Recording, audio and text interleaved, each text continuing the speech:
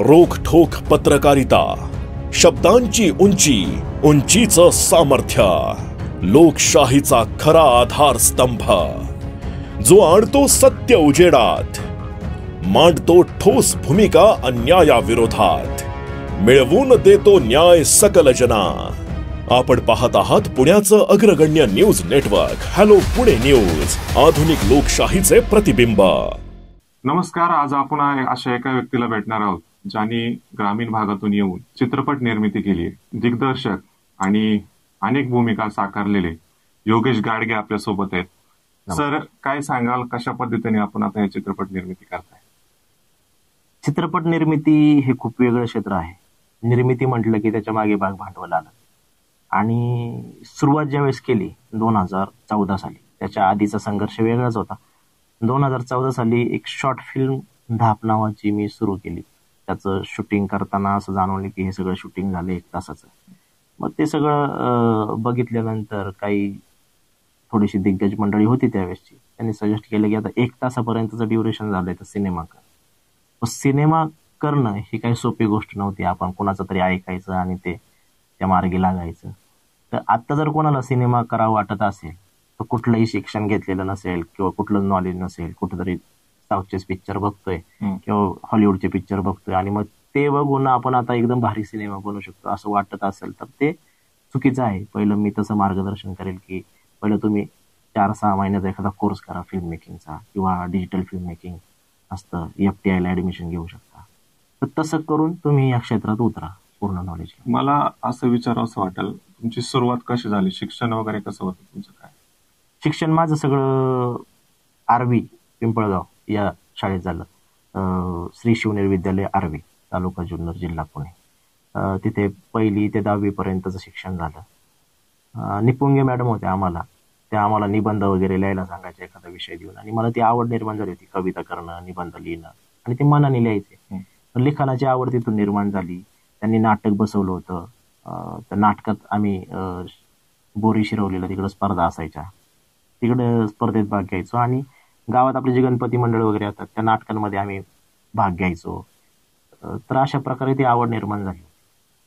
तर 12वी पर्यंतचं शिक्षण माझं, 11वी-12वीचं SSC कॉलेजला जुन्नरच्या श्री शिव छत्रपती कॉलेज जे आहे तिथे माझं सायन्सने झालं 12वी पर्यंत. तिथे मी मिमिक्री केली होती, कवितामध्ये भाग घेतला होता, काव्य वाचन वगैरे. तर तिथे मला प्राइज मिळाले होते. ती अशी आवड निर्माण झाली होती. आधी असं काय ठरवलं होतं की आपल्याला याच्यामध्येच यायचं म्हणून?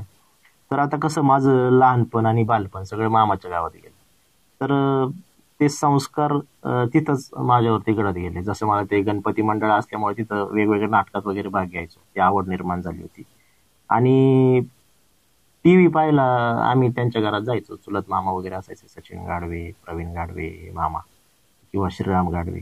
त्यांच्या घरी आम्ही रविवारी, शुक्रवारी, शनिवारी असे पिक्चर पाहायला जायचो सुट्टी असल्यावरती. आणि ते लक्ष्मीकांत बेर्डे, अशोक मामा यांचे सिनेमे पाहून ते मनात बिंबवलं गेलं होतं आपल्याला पण असं काहीतरी करायचंय, आपल्याला हिरो व्हायचंय. तर त्यावेळेस आपल्याला शब्द कळत नव्हते, अभिनेता वगैरे, हिरो व्हायचंय, पिक्चर मध्ये जायचं, एवढंच डोक्यात होतं. त्यावेळेस साधनं कमी होती, फक्त एकच चॅनल होता, दूरदर्शन सह्याद्री चॅनल असायचा, आणि दुपारी पिक्चर यायचा तो शनिवारी आणि रविवारी. बरोबर. आणि त्याच्यातून इन्स्पायर होऊन तुम्ही इकडे आला.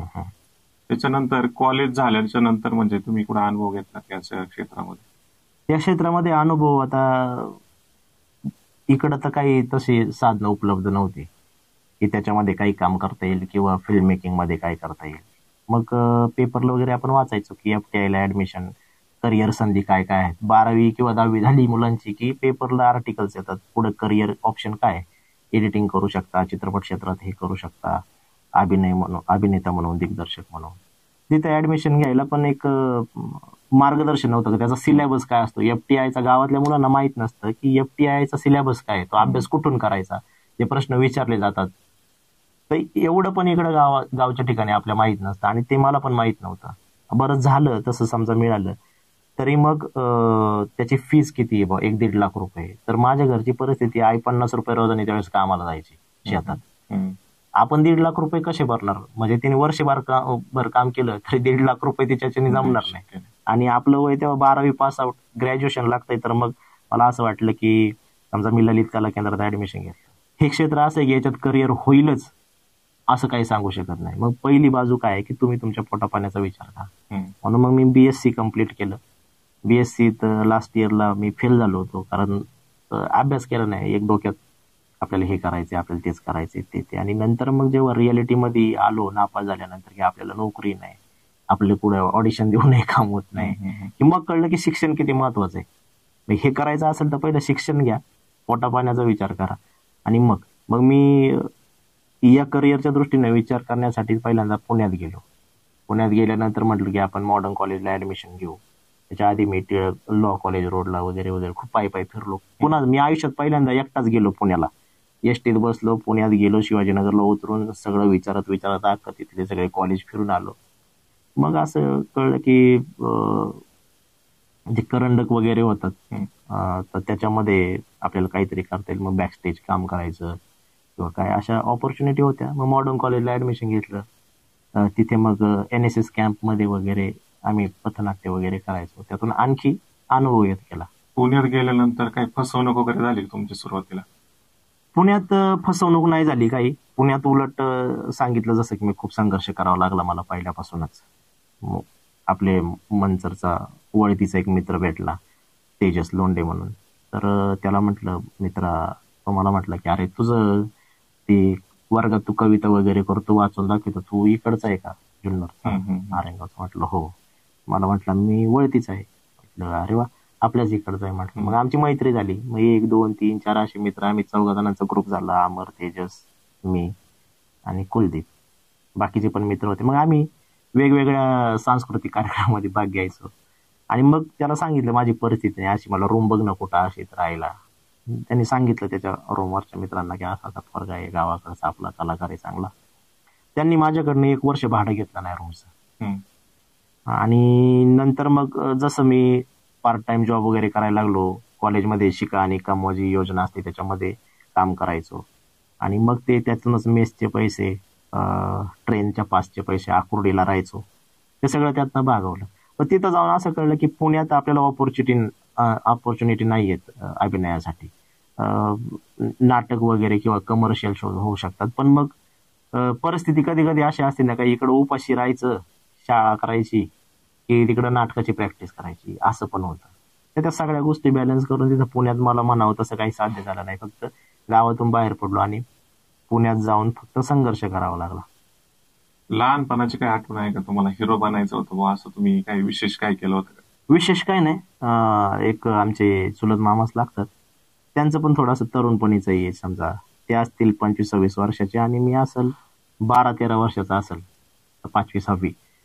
तर ते असं आपण ना का एखाद्या पोराला विचारतो, अरे तुला काय व्हायचं रे मोठ्यापणी, असं मला विचारलं. पोरं बसलेले होते त्यांच्या एज ग्रुपचे. म्हटलं मला हिरो व्हायचंय. तर ते मला म्हणले पद कुठं टाकणार भीक मागायला. तो शब्द मला खूप जास्त लागला होता मनाला, की त्याला असं बोलले.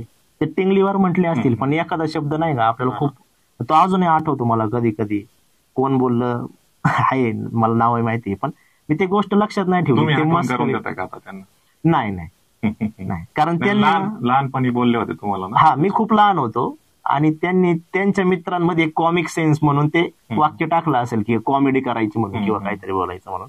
पण ते माझ्या मनाला इतकं लागलं होतं नकळत्या वयात की ते मी अजून ठाण केलं मनाशी की नाही, मला आता याच्यातच करिअर करायचं. भले मी सक्सेस हो अगर नो, पण मी आज मला वाटतं की आता खूप लोक ओळखतायत मला युट्यूब, इंस्टाग्रामवरून. आणि सोशल मीडिया एक चांगला प्लॅटफॉर्म आहे, त्याचा आपण वापर कसा करतो ते आपल्या हातात. सुरुवात कशी केली होती तुम्ही आता याच्यामध्ये, या फील्डमध्ये येताना मी पहिलं ठरवलं की आपल्याला लघुपट करायचा आहे. विषय आहे चित्रपटाचा एक धाप म्हणजे जे आपण पाळल्यानंतर आपल्याला दम लागतो, त्यालाच आपल्याकडे शब्द आहे धाप लागली. त्याला पळून धाप लागली. तुम्हाला ही संकल्पना कशी सुचली होती सुरुवातीला? हा, संकल्पना अशी सुचली की मी जुन्नरला कॉलेजला होतो ना, तर मी आर्वी स्टँडवरून जेव्हा एसटीत बसायचो त्यावेळेस काही मूक बधिर जी मुलं असतात ती त्या एसटी मध्ये असायची. तिकडे एक अंजुमन हायस्कूल किंवा एक वेगळं हायस्कूल आहे त्या मुलांसाठी. तर त्या मुलांना मी ऑब्झर्व करायचो, ते कसे हातवारे करतात, त्यांच्यातलं बोलणं कसं होतं. आणि ते एका मुलासोबत माझी मैत्री पण झालेली. तो कधी कधी भेटायचा. आता ते काही फोन नंबर वगैरे असं काही नव्हता, ते बोललेलं मला कळत नसायचं इतकं, पण कधी कधी लिहून दाखवायचं हे असं असं.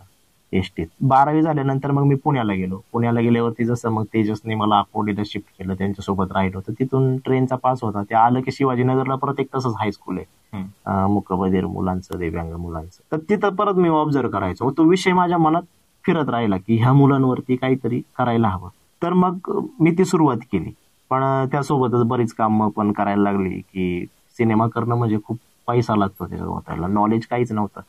धाप म्हणजे एक, मी जसं नेहमी म्हणतो की धाप कुठली एक आपली जी पहिली गोष्ट असते, चित्रपट असो किंवा व्यवसाय असो, ती आपल्याला शिकवते. मग ती आपली आई झाली. मी त्या काळात 2016 जेव्हा माझ्याकडे खायला प्यायला पैसे नसायचे, भाडं भरायला पैसे नसायचे, त्या काळात सिनेमा सुरू करणं खूप मोठी गोष्ट होती. पण जसं मी बोललो की मुंबईला गेल्यावरती तिकडे फसवणूक झाली, तुम्हाला इतके इतके पैसे भरावे लागतील, माझी केसही कापली गेली, त्याचा व्हिडिओ. काय किस्सा होता नक्की तो? तो किस्सा असा होता की आता पुण्यात जेव्हा मी फेल झालो त्यावेळेस ठरवलं की आता मुंबईला जायचं आपल्याला करिअर करायला. तर मी नातेवाईकांच्या इथं राहिलो. Quikr.com वरती ऍडव्हर्टाईज यायच्या की इथं मॉडेल पाहिजे, मॉडेल शूटसाठी पोर्टफोलिओ पाठवा, हे पाठवा, ते पाठवा. त्यासाठी पोर्टफोलिओला काही पैसे गेले, कास्टिंग एजन्सीला काही पैसे गेले, आणि मग पैसे जवळचे संपल्यावरती मग आता काय करायचं. मग एक असा फोन आला की हा इथं या दादरला. एका व्यक्तीने बोलवलं, म्हटलं ऑडिशन आहे. गेलो, म्हटलं काय, म्हटलं हेअर प्रोडक्टची ऍडव्हर्टाईज आहे, त्यासाठी केस मोठी पाहिजे होती तुमची, पण आता थोडी छोटी आहे. म्हटलं मग आता, म्हटले चलो बार्बर के दुकान में जाएंगे, उधर बैठेंगे, बाल कट करवाने. म्हटलं हिंदी भाषिक होता. म्हटलं ठीक आहे.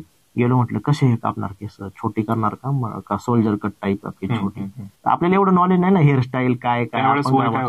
त्यावेळेस 21 वय असेल माझं, 20-21. तर मग गेलो, दुकानात बसलो. त्यांनी म्हटलं इनके बाल काटवा दो, 0 कर दो एकदम. मी म्हटलं ठीक आहे, होत आहे सिलेक्शन, काहीतरी होईल.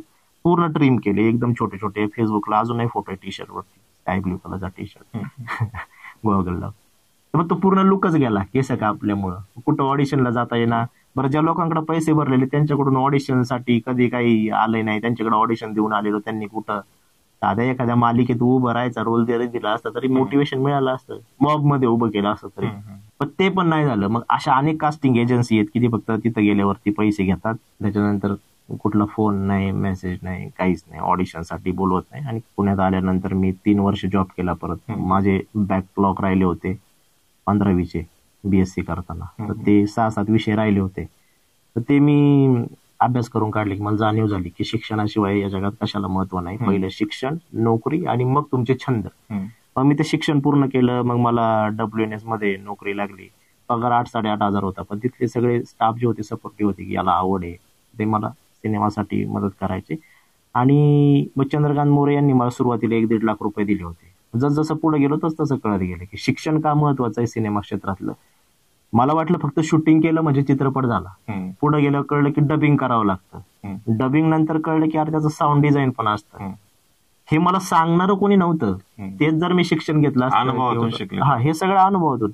मग ते पैसे वाढत लागत गेले की तुला पहिलं एडिटिंगसाठी मशीन लागणार आहे, त्याच्यानंतर त्याचं कलर ग्रेडिंग पण असतं, DI कलर करावं लागतं. हे सगळं एक स्टेप बाय स्टेप. पण माझा तो प्रवास झाला. जर ज्यावेळेस तुम्ही विचार केला आपल्याला चित्रपट बनवायचा आहे, त्यावेळेस गुंतवणुकीचा विचार केला होता का? गुंतवणुकीचा विचारच केला नाही ना. कारण का आपण शेतकरी वर्गातून येतो आणि ग्रामीण भागातून येतो. त्यावेळेस कसा विचार केला होता मग तुम्ही? त्यावेळेस गुंतवणुकीचा विचारच केला नव्हता. मला माहितच नव्हतं सिनेमाला किती रुपये लागतात, लाख रुपये, करोड रुपये लागतात. कोणाचं मार्गदर्शन वगैरे काही? कोणाचंच मार्गदर्शन नाही. एक जण म्हटलं की हा तू आता सिनेमा कर, ऐकलं, चाललो. आपलं वयच ते असतं, नकळत बागडायचं, हुंदाडायचं. ज्यावेळेस तुम्ही सुरुवात केली चित्रपट बनवायला त्यावेळेस वय किती होतं तुमचं? 2015 साली, मी 14 साली डिसेंबर मध्ये सुरुवात केली. तो पण किस्सा खूप चांगला आहे की शॉर्ट फिल्म करताना माझ्या मागे कोणी नव्हतं. शॉर्ट फिल्म करायची तर मग आम्ही रूमवर, जे नंतर मी जॉबला लागले होते, रूम मधले मुलं आम्ही BC फंड करायचो. महिन्याला 2,000 रुपये द्यायचे, ज्याला लागेल त्याने पैसे उचलायचे, असं होतं. तर म्हटलं मला द्या आता 20,000 रुपये मला लागतात शॉर्ट फिल्म करायला. ते 20 झाले. त्याच्यानंतर आणखी एक जुबेर पटेल म्हणून एक मित्र होता, त्यांनी मला 14,000 रुपये दिले होते. त्याचे पैसे मी 2014ला घेतलेले पैसे मी 2021ला दिले. त्यांनी मागितले नाही? त्यांनी एकदाही 1 रुपया नाही मागितला. परिस्थितीची जाणीव होती. परिस्थितीची जाणीव. आणि माझे व्यवहार असे होते की जे काही पैसे घेतले ते माझ्याकडे आजही डायरी आहेत. याचे 200 घेतले, याचे 5,000 घेतले, याचे 10,000 घेतले. आणि ज्यावेळेस माझी सोशल मीडियावरती काम करून परिस्थिती बदलली, इकडे लॉकडाऊन लागलं आणि मी गावाला आलो, काय करायचं, तर मग मी फेसबुकवरती वेगवेगळे व्हिडिओ टाकायला लागलो. फेसबुक पेजला मॉनिटायझेशन आलं होतं त्यावेळेस नेमकंच. आणि मग फेसबुकवरती काम करायला लागल्यावरती माझे पैसे मिळत गेले. 50,000 60,000 मंथली यायला लागले. पण माझ्या मनात होतं का अरे ह्या लोकांचे पैसे द्यायचे, दादा आपल्याला पैसे येत आहेत पण हे पहिले. मग जसे पहिले पैसे आले त्यावेळेस मी माझा विचार नाही केला काय होते. ज्यांचे पैसे घेतले होते त्या सगळ्यांचे फोन करून दिले. काय एक व्यक्ती असा होता एडिटिंगला आला, बाहेर जी स्क्रीन होती आपली मोठी, तर याच्यापेक्षा छोटी स्क्रीन होती एडिटिंगला.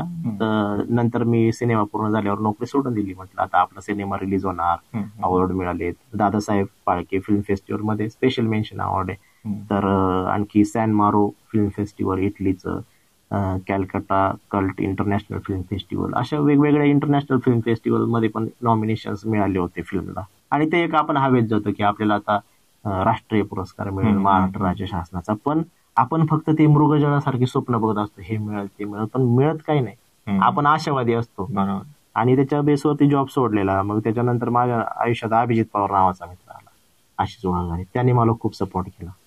नोकरी नसताना त्याने मला सर्वाईव्ह करायला 1-1.5 लाख रुपयापर्यंत त्याचे पैसे झाले होते. जसं मी गावाकडे आलो तर त्या सगळ्यांचे पैसे मग मी हळूहळू फेडत गेलो. चित्रपट ज्यावेळेस तुम्हाला बनवायचा होता त्यावेळेस घरच्यांची रिएक्शन काय होती? घरच्यांची रिएक्शन वेगळी अशी काही नव्हती. म्हणजे शूटिंगच इथं केलं होतं. ते सगळे फोटोग्राफ्स आहेत. आता मी ते स्टोरीच्या माध्यमातून एक फोटोग्राफ की कसं राहिलो. निर्माता म्हणून काम करायचं म्हणजे काय, निर्माता म्हणजे काय खायची गोष्ट नाही, पैसा खूप लागतो. आणि आपण आपल्या लेवलला करत होतो. 5D कॅमेराचं त्यावेळेस काळ होता. 5D Mark II Mark IV कॅमेरे आले होते, ते सबसिडीला चालत होते. आणि पण आता ना काळ 9 वर्षाचा लोटला, तंत्रज्ञान बदललं, सगळ्या गोष्टी बदलल्या. सरकारला किंवा त्या सबसिडीवाल्यांना पण दोष देऊन फायदा नाही की आपण लेट झालो, कारण योग्य मार्गदर्शन नाही ना. 2016 साली बनवलेला पिक्चर तुम्ही 2021 ला सबसिडीसाठी अप्लाय करत असाल, कारण तोपर्यंत परिस्थितीच नव्हती मुळात. 2021 नंतर परिस्थिती बदलत गेली, सोशल मीडियावर काम करायला लागलं. त्याच्या आधी काही नोकरी आणि हे, तर मग ते सीए फाईल ऑथराईज फाईल बनवावं लागतात. त्याचा 20-25 हजार रुपये खर्च, फाईल एवढे कुठून आणायचे प्रश्नच आहे ना. पगार 8,000 रुपये आणि 25,000 लावायचे कुठून, तिथपर्यंत जायचं. तर ह्या सगळ्या गोष्टींच्या म्हणजे पैसा इतका मॅटर करतो या फील्डमध्ये की त्याच्याशिवाय आपलं कुठंच जाते. सहनिर्माते जे अतुल जगताप आहेत त्यांचे 15 लाख रुपये इन्व्हेस्टमेंट आहे त्याच्यामध्ये. आणि मी माझ्या तत्वावरती जेवढे मला लावता येत होते, जॉब करून हे करून ते लावलेले होते. तर माझं काय नाही, मी आता सोशल मीडियामध्ये काम करतोय किंवा मी आणखी वेगळी सिनेमाची कामं घेऊ शकतो, एडिटिंग. त्यावेळेस खर्च किती आला होता टोटल? त्यावेळेस टोटल 25 लाख रुपये खर्च आला होता फिल्मला. म्हणजे आधी काही बजेट नव्हतं? तुम्ही बजेट काहीच नव्हतं हे असेच. कारण अतुल जगताप जे आहे ते माझ्या WNS कंपनीत काम करायचे. आणि पहिल्यांदा सिनेमा केल्यानंतर अर्धा सिनेमा पूर्ण शॉर्ट फिल्म केली होती. त्याच्यानंतर असं ठरलं की फिल्म करायची. मग आणखी थोडी स्टोरी लिहिली आणि ते चांगल्या कॅमेरावर शूट केलं. म्हणजे शॉर्ट फिल्मचं शूट केलं होतं ते थोडंसं वर्स्ट वाटायला लागले, अरे काहीतरी दिसतंय आता या कॅमेरा क्वालिटीच्या पुढं. तर मग ते थोडं थांबलं. मग काही लोक इन झाले, त्यांनी खूप मानसिक त्रास दिला की आमचे पैसे परत दे. तर आपण तर काय कोणाकडे स्वतः जात नव्हतो पैसे मागायला.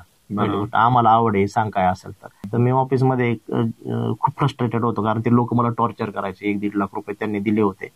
तर मी म्हटलं यार मी पैसे देऊ शकत नाही. म्हटलं तुम्ही जर मला टॉर्चर केलं तर मी सुसाईड करा. मी तुमच्याकडे आलो नव्हतो की पैसे लावा, तुम्ही स्वतःहून आले. एकतर तुम्ही काम पण पटपट करत नाही. 6-6 महिने एक हार्ड डिस्क घ्यायची असली तरी ते क्रॉस व्हेरीफाय करायचे. इव्हन पैसे तुम्हीच देणार आहे स्वतः खिशातनं, चौकशी पण तुम्हीच करणार आहे. आणि त्याच्यापेक्षाही कमी मध्ये काही मिळतंय का? माझा नेहमी प्रामाणिक प्रयत्न असतो. 9 वर्ष जसं तुम्ही मला म्हटले मागाशी की त्यांनी एवढे वर्ष थांबले, त्यांनी कधी काही बोलले नाही का? तर ते कधीच बोलले नाहीत, कारण त्यांनी स्वतः त्यांच्या हाताने व्यवहार केलेले आहेत. आणि मी त्यांना 1ही रुपयाचा जोल जाल किंवा असं काहीच केलेलं नाही. जे काय आहे राईट्स ते सगळे तुम्ही घ्या आणि तुम्हीच. हा जो चित्रपट आहे त्याच्यामध्ये प्रमुख कलाकार कोण आहेत आणि त्यांच्या भूमिका काय आहेत?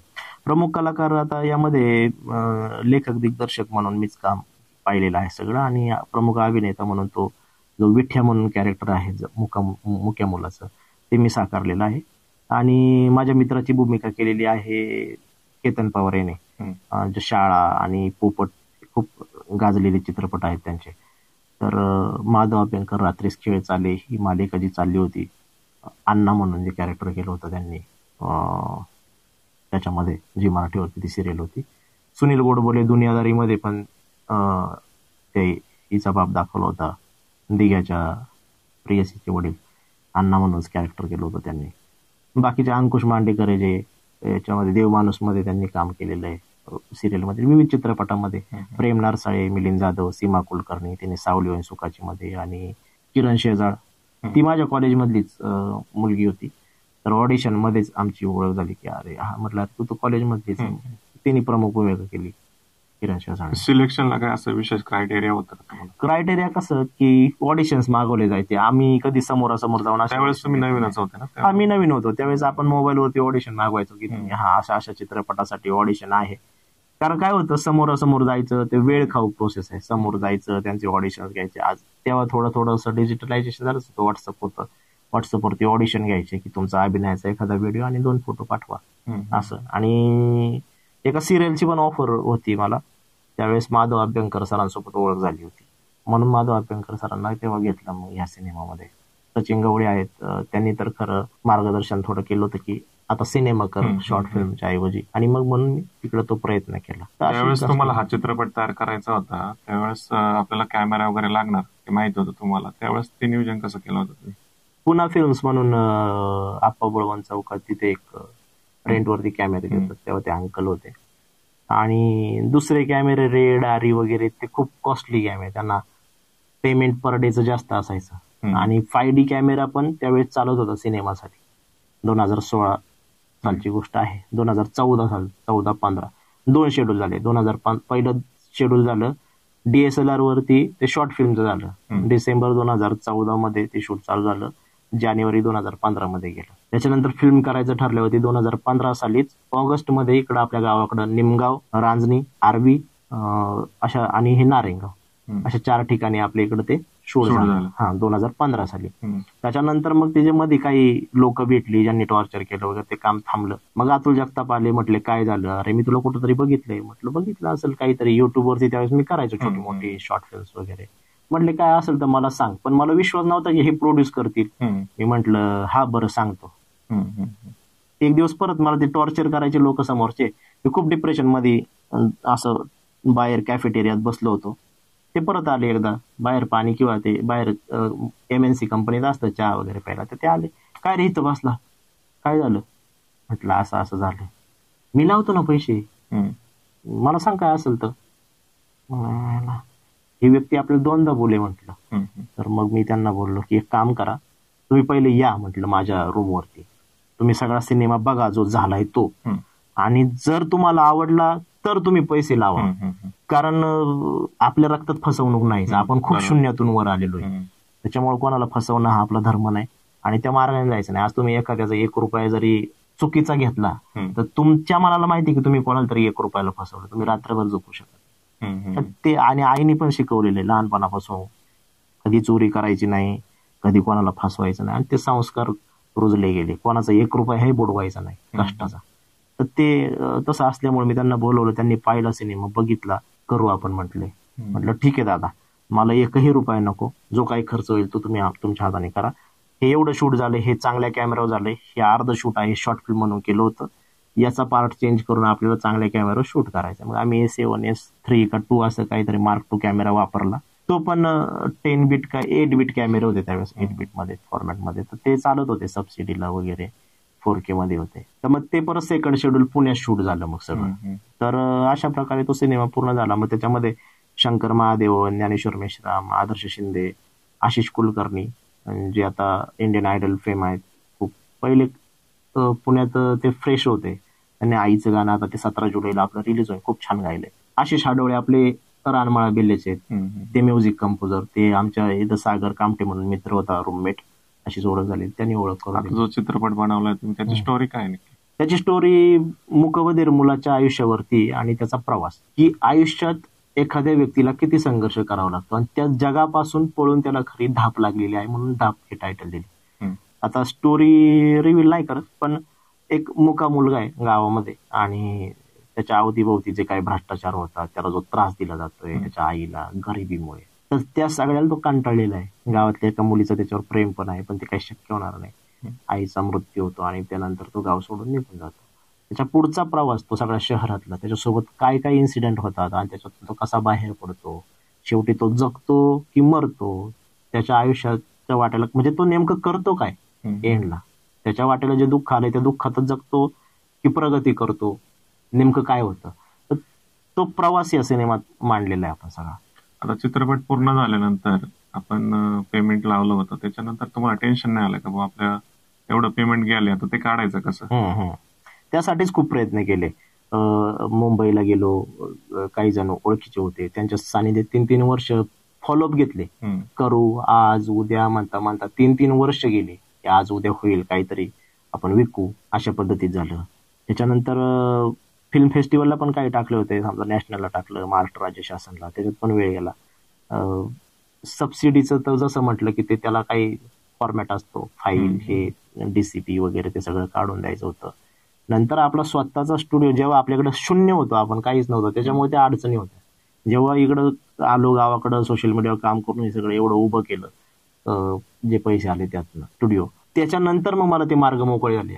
जर मला आज सिनेमा करायचा असेल तर मी एक उत्तम दर्जेदार सिनेमा करू शकतो, कारण आज मी सगळा सेटअप करून घेतला की ज्या मला सुरुवातीला अडचणी आल्या, इथे एवढे पैसे जातात, इथे हे जातात, ते सगळं आज उभं करून टाकलं की उद्या सिनेमा करायचा असला तर आपण आपल्या हिमतीवरती सिनेमा करू शकतो. तीच अडचण झाली की मग ते रिकव्हरीचं टेन्शन होतं. त्या सगळ्या गोष्टी मी प्रयत्न केले इतके वर्ष, प्रत्येक व्यक्तीला भेटलो, पण काही मार्ग निघत नव्हता. मग शेवटी आता सरांना बोललो, अतुल जगताप सरांना, म्हणलं दादा आता 9 वर्ष झाली, आपलं नशीब आपल्यासोबत, आपण स्कॅनर लावून देऊ, ही जनता, मायबाप, आपले प्रेक्षक जे आहेत त्यांना सिनेमा आवडला तर आपली रिकव्हरी जास्त नाही, फक्त 15 लाख रुपये तुमचे रिकव्हर झाले, सगळे पैसे तुम्ही घ्या. आजही माझं व्हॉट्सअप चॅटिंग दाखवलं तुम्हाला, तर दादा जे काही पैसे येतील ते सगळे तुम्ही घ्या, काही प्रॉब्लेम नाही. त्याच्यानंतर पिक्चर झाल्याच्या नंतर तुम्ही काय काय प्रोजेक्ट केले? पिक्चर झाल्यानंतर मग 2017 साली मी वशाट नावाची एक शॉर्ट फिल्म केली, युट्यूबवरती ती आहे. तिला खूप पुरस्कार मिळाले. अनुप डेकने ची कॉन्सेप्ट होती, ज्याने आपल्या दाग चित्रपटामध्ये पण काम केले. तर म्हटलं असं असं आहे, एक वशाट नावाची शॉर्ट फिल्म करायची, करशील का? म्हटलं करेल, काय अडचण नाही. मग त्याची संकल्पना होती, त्याची पटकथा आणि संवाद मी लिहिले आणि त्याचं दिग्दर्शनही मीच केलं. तर मला प्रतिबिंब शॉर्ट फिल्म फेस्टिवल नगरला तिथं बेस्ट फिल्म आणि बेस्ट डायरेक्टर असा अवॉर्ड मिळाला. तर वेगवेगळ्या ठिकाणी पण भरपूर अवॉर्ड्स मिळाले वशाट शॉर्ट फिल्मला. मग धापमधनं जे मी शिकलो ते माझं वशाटमध्ये पण आलं लागलं, वशाट शॉर्ट फिल्ममध्ये, आणि तिथं मला पुरस्कार पण मिळाले, चांगलं नाव पण झालं होतं त्यावेळेस. मग त्याच्यानंतर मग कजरारे मराठी वेब सिरीज केली युट्यूबसाठी. तिथून पुढे मग कामाची क्वालिटी, त्याचं टेक्निकल सगळ्या गोष्टी कळत गेल्या ना, काय काय लागतं, कसं व्हायला पाहिजे. तर त्या अनुभवातून आता युट्यूबला तुम्ही बघत असाल बऱ्याच वेगवेगळ्या वेब फिल्म्स करतो मी, 50-50 मिनिटाच्या असतील. लेटेस्ट काय चालू आहे? लेटेस्ट आता फॅमिली मॅटर्स सुरू आहे, 50-50 मिनिटाचे एपिसोड्स आहेत ते 4. आणि गुडघ्याला बाशिंग नावाची आपली खूप एक चांगली मोठी सिरीज येते, वाईब्स, एक गावरान कॉमेडी, आपलं युट्यूब चॅनल आहे, 4-5 युट्यूब चॅनल आहेत आपले, ते गावरान कॉमेडी. कोणत्या नावाचे युट्यूब चॅनल आहेत आता सध्या? योगीराज फिल्म क्रिएशन्स, ज्याच्यावरती आपला धाप सिनेमा रिलीज होणार आहे 31 जुलैला. दुसरा आहे YFC गावरान कॉमेडी, जिकडे रिजनल स्टोरीज असतात, कॉमेडी असतील किंवा इमोशनल असतील. आम्ही शक्यतो ना सामाजिक संदेश देणाऱ्या गोष्टींवरती जास्त फोकस करतो, की आपण समाजाला काहीतरी देणं लागतो, मग त्याच्यातून समाज आपल्याकडून काय घेईल. काही लोक अर्धेच व्हिडिओ बघून त्याच्यावरती कमेंट करतात, ते इग्नोर करायचे. तिला सुरुवात, मध्य आणि शेवट पूर्ण बघितल्यानंतर तुम्ही तुमचं मत मांडा की या गोष्टीबद्दल, चित्रपटाबद्दल काय वाटतं. बरोबर. आपण ते प्रमोशन करण्यासाठी इंस्टाग्रामला तुकडे तुकडे करून टाकतो, तर त्यात तुम्हाला कळत नाही. त्याच्या खाली कमेंट लिहिलेली असते आपण की पूर्ण व्हिडिओ तुम्ही युट्यूबला जाऊन पहा. पण तितकं जर तुम्ही करत नसाल तर त्याचा काय उपयोग नाही, अर्धवट बोलण्यात काय अर्थ नाही. तर अशा खूप वेगवेगळ्या सामाजिक संदेश देणाऱ्या रुजुवात आहे, नव्या संसाराची गोष्ट, अजून नात्यांचा गुल्लक, ह्या चांगल्या आता गाजलेल्या योगीराज फिल्म क्रिएशन्स वरच्या वेब फिल्म्स आहेत.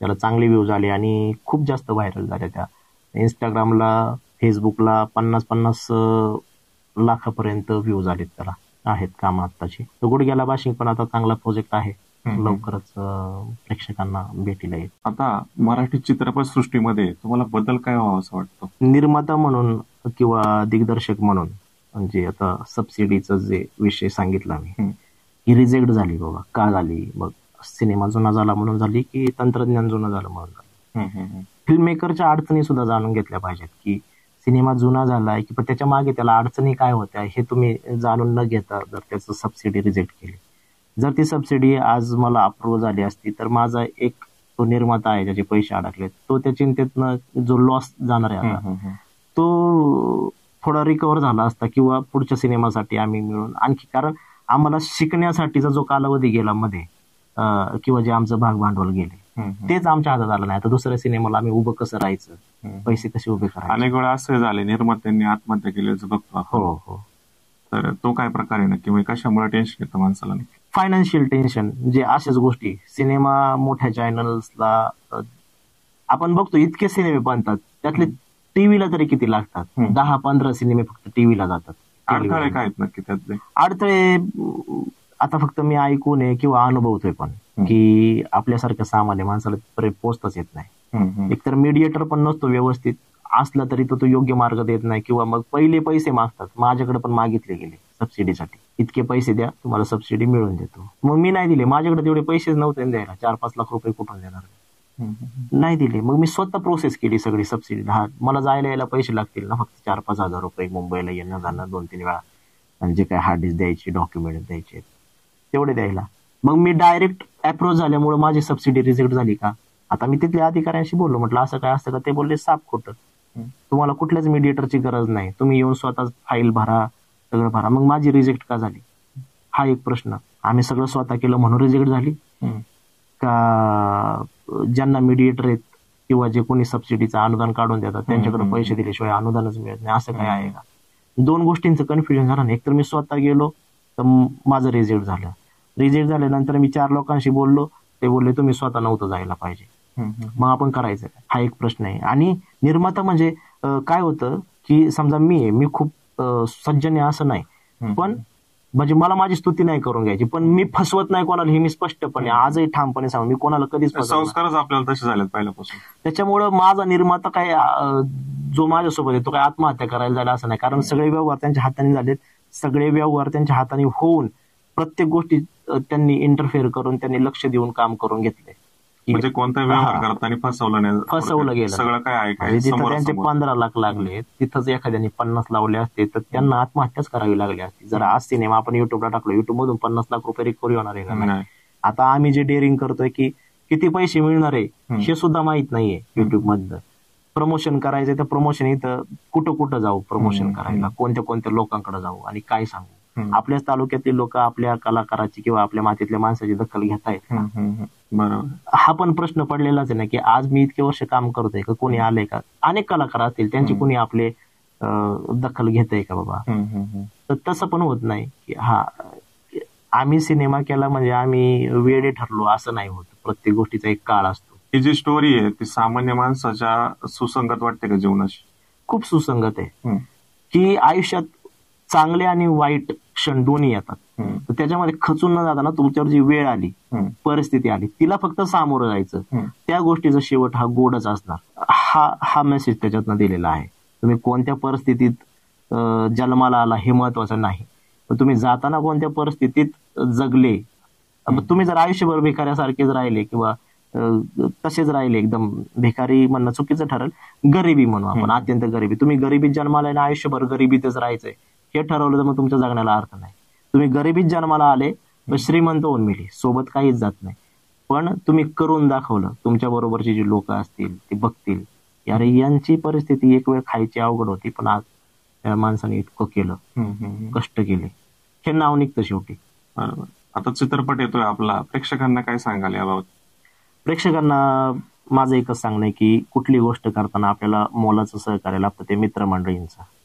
आयुष्यात असे मित्र असायला हवे. त्यांची आवर्जून नावं घेईन मी: आशिष आढवळे, सर्वेश मुनी, श्रीनिवास गायकवाड DOP, विष्णू रोंगटे, प्रतीक साबळे, चेतन गिरी, मिलिंद जाधव, प्रेम नरसाळे, किरण शेजाळ, केतन पवार, सगळी स्टारकास्ट ज्यांची नावं राहिली असतील त्याच्याबद्दल दिलगिरी. सगळ्यांची नावं घेणं शक्य नाही, पण जी जवळची व्यक्ती आहे सगळ्यात ज्यांनी मला आजपर्यंत साथ दिली त्या सगळ्यांचे आभार मानतो. मैत्री आणि मित्रत्व दोन्ही गोष्टी जपा, त्याच्याशिवाय काहीच नाही. तर एवढंच विनंती राहील सगळ्या मायबाप प्रेक्षकांना. मी जुन्नर तालुक्यातलाच निमगाव सावा येथील आहे. सध्या नारेगावमध्ये वास्तव्यास असतो. माझे बरेचसे व्हिडिओ तुम्ही पाहिले असतील वेब सिरीजच्या माध्यमातून, आणि आता जो 2016 साली सिनेमा पूर्ण झाला तो अशा आर्थिक अडचणी खडतर प्रवासामुळे रिलीज करायचा राहिला आणि याला प्रेक्षक दाद देतील अशी माफक अपेक्षा आहे. तर हे होते योगेश गाडगे दिग्दर्शक. त्यांनी धाप पिक्चर दिग्दर्शित केलेला आहे आणि त्यांच्यामध्ये त्याच्यात अनुभव काय आला आणि त्याच्यामध्ये अडीअडचणी काय आल्या हे त्यांनी आता याच्यातून सांगितलंय. तुम्ही धाप चित्रपट नक्की पहा.